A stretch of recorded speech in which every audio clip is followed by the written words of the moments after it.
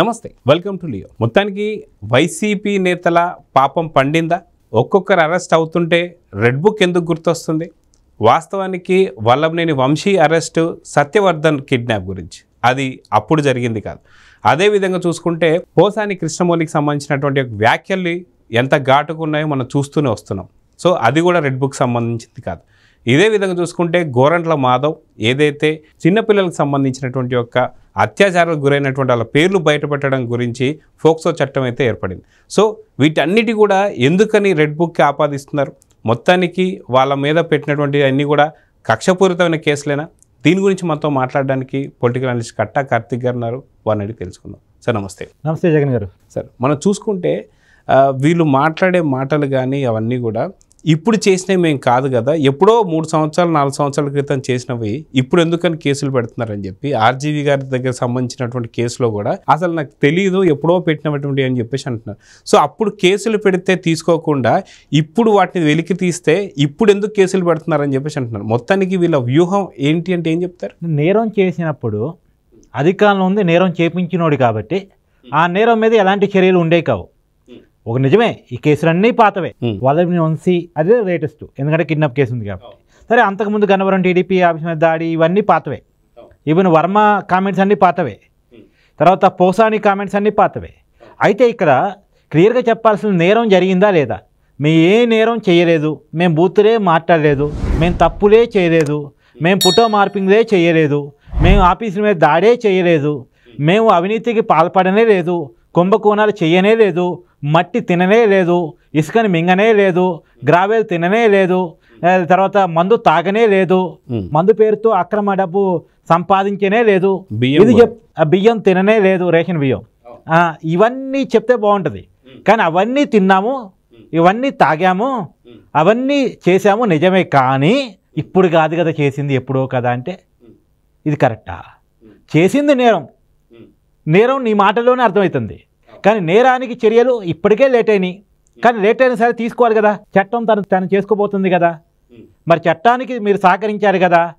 కానీ చట్టానికి సహకరించాలంటే మాత్రం గుర్తులేదు, మర్చిపోయాను, తెలియదు, ఈ పదాలు మీరు చెప్పేది ఏదో జూనియర్ ఎన్టీఆర్ సినిమాలో డైలాగులు చెప్పినట్టు చెప్తారా?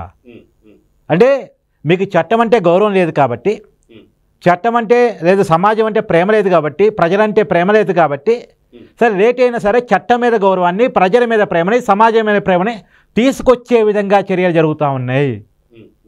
ఇప్పుడు మొక్కైనప్పుడే వంచుంటే మానిన దాకా వచ్చేది కాదు. మొక్కైనప్పుడు వంచలేదు, వంచకపోగా నీరు పోసి పెంచారు. ఇప్పుడు ప్రతి కేసులో కూడా చూడండి, 3(1) సెక్షన్ మీకు కనపడుతుంది. బిఎన్ఎస్ 3(1) సెక్షన్ అంటే వ్యవస్థీకృత నేరం, కావాలని చేసింది, పథకం ప్రకారం చేసిన నేరం. ఇప్పుడు బూతులు తిట్టడం అనేది పోసానికి ఇష్టమని కావాలని అనుకోకుండా వచ్చిన మాట కాదు, అది ఆర్గనైజ్డ్ క్రైమ్. అంటే బోర్గడ్డ అనిల్ కుమారు, వర్రా రవీందర్ రెడ్డి, సి రెడ్డి, తర్వాత పంచి ప్రభాకరు, ఈ స్థాయి సోషల్ మీడియా యాక్టివిస్ట్ నుంచి మొదలు పెడితే మంత్రులుగా పనిచేసిన కొడా నాని, ఆర్కే రోజా, పేర్ని నాని, అంబటి రాంబాబు, ద్వారంపూడి చంద్రశేఖర్ రెడ్డి, తర్వాత ఎమ్మెల్యేలుగా పనిచేసిన వల్లభనేని వంశీ, ఇలా అందరూ మూకుమ్మడిగా బూతులు తిట్టం. మూకుమ్మడిగా బూతులు తిట్టు వెనకాల ఉన్నటువంటి వాళ్ళ ఆపరేషన్ ఏంది అంటే ఇట్లా వరుసగా మాటలతో మీద పడిపోవటం ఫలితంగా అవతల రోజు డిమోరల్ అవుతారు, అవతల రోజు భయపడిపోతారు, బయటకు వచ్చి జగన్మోహన్ రెడ్డికి వ్యతిరేకంగా మాట్లాడాలన్నా రాజకీయం చేయాలన్నా ఇబ్బంది పడతారు. రెండోది, మహిళలు రాజకీయానికి రాకుండా ఉండాలి జగన్మోహన్ రెడ్డికి వ్యతిరేకంగా. రెండోది, సగటు మధ్యతరగతి కుటుంబాలు, పరువు గురించి ఆలోచించే కుటుంబాలు రాజకీయాలకు రాకుండా ఉండాలి.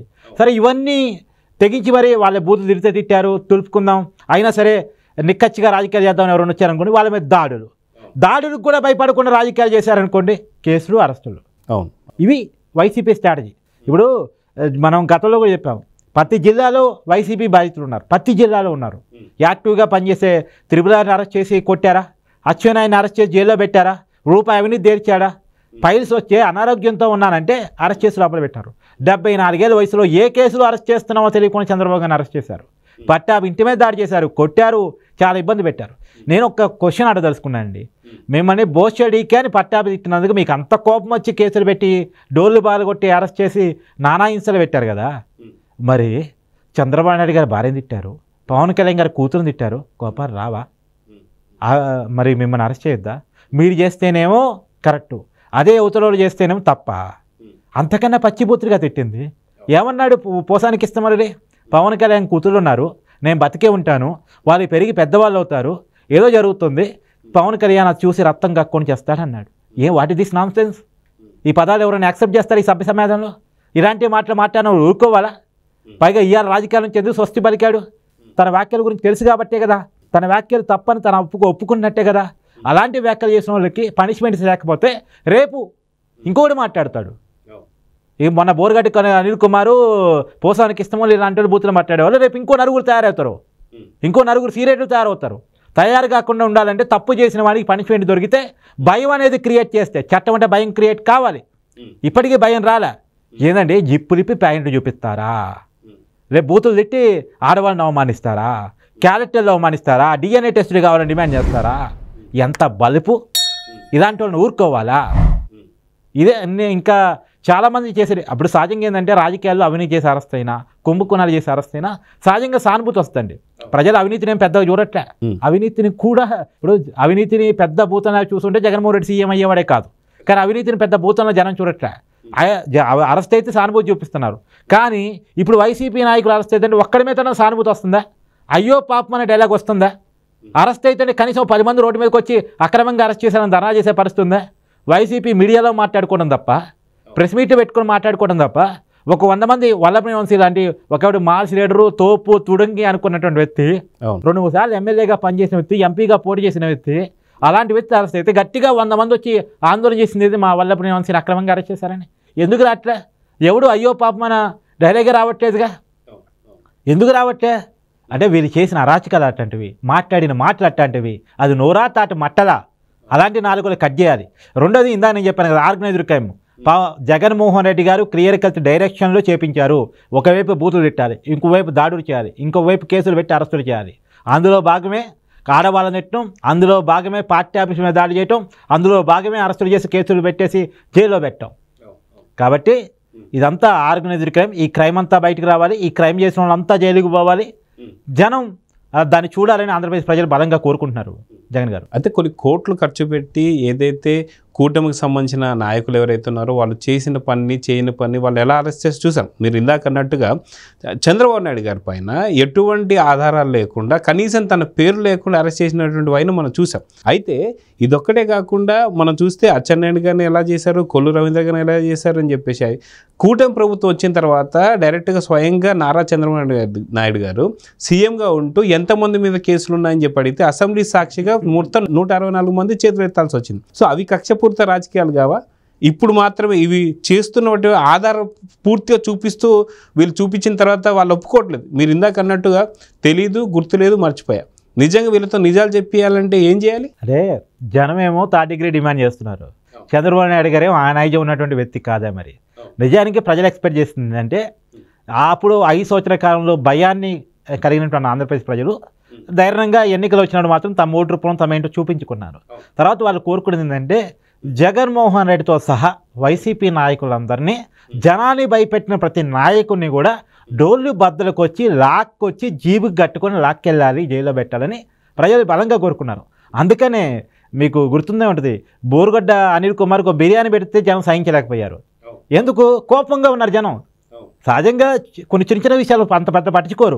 చివరికి స్టేషన్లో చేప తిండేసి పంట పెడితే ఊరుకోలేదు జనం. పెద్ద ఎత్తున కూటమి ప్రభుత్వం మీద కూడా విమర్శలు చేయడానికి ఏమాత్రం వెనకాలేదు. టీడీపీ కార్యకర్తలు అయ్యి టీడీపీని తిట్టారు, జనసేన కార్యకర్తలు అయ్యి జనసేన తిట్టారు. మీరు ప్రభుత్వంలో ఉండి మిమ్మల్ని ఇంత బూతులు తిట్టి మీ ఇంట్లో ఉన్న ఆడవాళ్ళని కూడా తిడితే మీరు ఎందుకు అరెస్ట్ చేయట్లేదు? ఇప్పుడు కూడా కొనన్నా అరెస్ట్ చేయమని డిమాండ్ పెద్దగా వస్తూ ఉంది. ఆర్కే రోజా ఇంకా అరెస్ట్ చేయలేదని డిమాండ్ పెద్దగా వస్తుంది. కారణం ఏంటి? జనంగా సహజంగా రాజకీయ పార్టీల అరెస్టులు బలంగా కోరుకుంటాయి, కానీ ఫస్ట్ టైం ప్రజల అరెస్టులు బలంగా కోరుకుంటున్నారు. ఇక ప్రభుత్వం ఏమి అరెస్టును కోరుకోవట్లే. సహజంగా ప్రభుత్వంలో ఉన్నటువంటి నాయకులకు ఉండాలి, మమ్మల్ని ఇంత ఇబ్బంది పెట్టారు కదా, మా కుటుంబాలను తిట్టారు కదా, మా ఆడవాళ్ళని తిట్టారు కదా, మా మీద దాడులు చేశారు కదా, మా మీద కేసులు పెట్టారు కదా, వీళ్ళని తొందరగా వాళ్ళ మీద కేసులు పెట్టి లోపలేద్దామని వీళ్ళకు ఉండాలి. కానీ వీళ్ళేమో ఇప్పుడు అరెస్టుల మీద ఎక్కువ ఫోకస్ పెడితే పెట్టుబడులు ఆగిపోతాయేమో, అభివృద్ధికి అవరోధాలు వస్తాయేమో, సరే అది తర్వాత వాళ్ళు చేసినట్టు మనం ఎందుకు చేయాలి అనేది వీళ్ళు ఆలోచనలో ఉన్నారు. కానీ ఇంకెప్పుడు అరెస్ట్ చేస్తారనే జనం ఉన్నారు. ఇది రివర్స్గా ఉంది జనాలుగా. అయితే మనం ఓటింగ్ శాతం కూడా చూస్తే లేదా ఎప్పుడైతే మనకి ఎలక్షన్స్ జరిగిన సందర్భంలో కూడా అంత కసిగా ఓటేయడం కూడా దీని గురించి అని చెప్పి అనుకోవచ్చా? ఆ రోజు అంత కసిగా ఓటేయడానికి కారణం ఖచ్చితంగా వైసీపీ అరాచకాలు, బూతులు, దాడులు, గొడవలు. అసలు ఇంకో విషయం చెప్పనా, జనసేనని టీడీపీని కలిపింది వైసీపీ బూతులు, దాడులే. ఖచ్చితంగా అవును. ఈ కూటమికి ఇంత మెజార్టీ రావడానికి ఇక్కడ చంద్రబాబు నాయుడు గారి పర్ఫార్మెన్స్, పవన్ కళ్యాణ్ గారి పర్ఫార్మెన్స్కి అదనంగా వైసీపీ చేసినటువంటి అరాచకాలే. కాబట్టి 151 సీట్ల నుంచి 11 సీట్ల పడిపోయినటువంటి జగన్మోహన్ రెడ్డి గారు కానీ వైసీపీ నాయకులు కానీ ఒక రివ్యూ చేసుకోవాలి. ఈ పరిస్థితికి కారణం ఏంటి? దీంట్లో కనుక మార్పు రాకపోతే ఈ 11 1 అవుతుంది, 1-0 అవుతుంది. పార్టీ అనేది ఆంధ్రప్రదేశ్ రాజకీయ ముఖ్యత్వం నుంచి వెళ్ళిపోతుంది. సో చూద్దామండి. ఖచ్చితంగా ఏపీ ప్రజలు ఏదైతే 2024 ఎన్నికల్లో ఎలాంటి ఫలితాలు అయితే ఇచ్చారో. 2024 ఎన్నికల దాకా ఎందుకు, ఇప్పుడు ఎమ్మెల్సీ ఎన్నికలు వచ్చాయి, నీకు లేటెస్ట్గా ఎమ్మెల్సీ ఎలక్షన్స్ వచ్చాయి. వైసీపీ పోటీ చేయలేకపోయింది. పోటీ చేయకపోగా అక్కడేమో అరసకుమార్ కోడికి సపోర్ట్ ఇచ్చింది, ఇక్కడేమో పీడీఎఫ్ అభ్యర్థి సపోర్ట్ ఇచ్చింది. చూడండి మరి ఏం ఫలితాలు వస్తాయో. డైరెక్ట్గా పోటీ చేయలేని పరిస్థితిలో వైసీపీ ఉంది. ఏ దమ్ముంటే ఎన్నికల్లో పోటీ చేయాలిగా, ఎందుకు పోటీ చేయట్లేదు? చదువుకున్నవాడు ఎవడు ఓటేయడనా, టీచర్ ఎవడు ఓటేయడనా? వాళ్ళ ఓటర్స్ వేరున్నారని చెప్పి సజ్జలు అంతకుముందే చెప్పాడు కదా, మా ఓటర్స్ అంతా వేరని చెప్పి. ఆ ఓటర్స్ కూడా మారిపోయారు, మొన్న ఎన్నికల్లో చెప్పారు. ఈ ఓటర్స్ అయితే అసలే ఎప్పుడు రారు వైసీపీకి. సో చూద్దాం మొత్తానికి వైసీపీ భవిష్యత్తు ఎలా తిరుగుతుందో చూద్దాం. నమస్తే. నమస్తే. Please subscribe to Leo News for more videos.